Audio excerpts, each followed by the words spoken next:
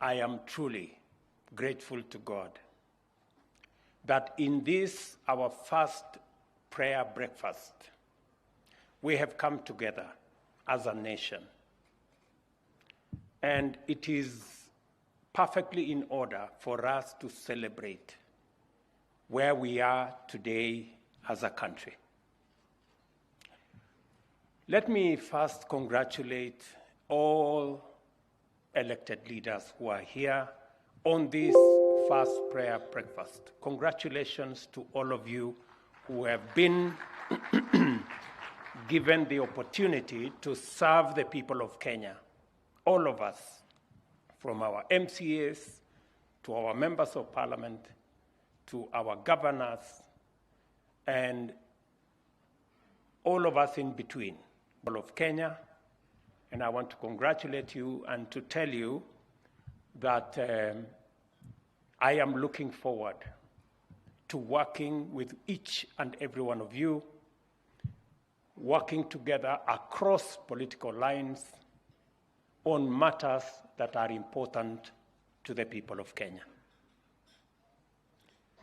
And in that working together, it is not necessary that we will always agree, but it is important that we work together towards the betterment of our country. I am reminded, and I want to thank God for the last general election. The last general election were in a category of their own. I mean, it was a turning point from where I sit in the politics of Kenya. And I have 4 reasons why I think it was a turning point. Number one, it is the election where the 2 national formations had actually a national face on either side.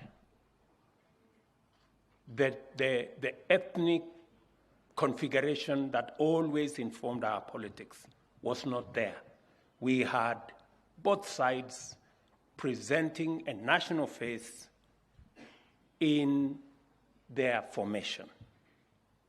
Number 2, we had the most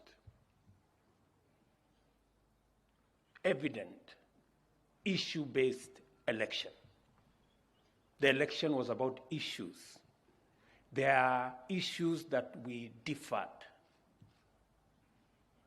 Our brothers on the other side, for example, said borrowing money was good because we were using other people's money to run our development, which made some sense.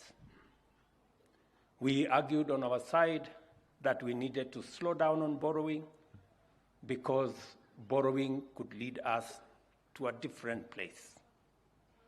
But we also had occasion when both formations agreed, like, for example, on housing.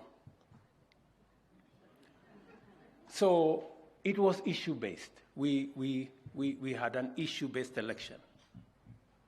It is also correct that we had a closely contested election. Again, because it only happens in Kenya that in our last election, the opposition leader became the government candidate. And the sitting president of the government became the opposition candidate. And as things would be, the opposition candidate, who was the then sitting deputy president, won the election, and the sitting president then handed over power to his deputy and went ahead to become the leader of the opposition party. That only happens in Kenya, I think. So it was quite amazing. The fourth characteristic of our last election, from where I sit, is that with all that, we ended up with a peaceful election. And we thank God for a peaceful election and a peaceful country. And that is why this morning, I join you with rejoicing, thanksgiving, faithful supplication, and prayer in my heart.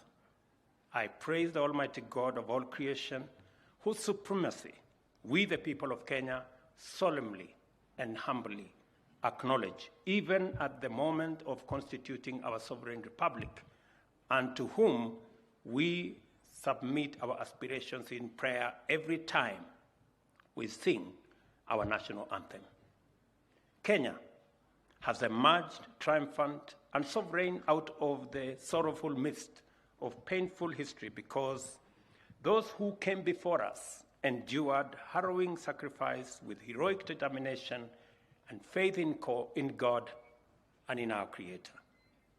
The history of Kenya, therefore, is an ample chronicle of consistent struggle, unshakable determination, unity, and devout prayer.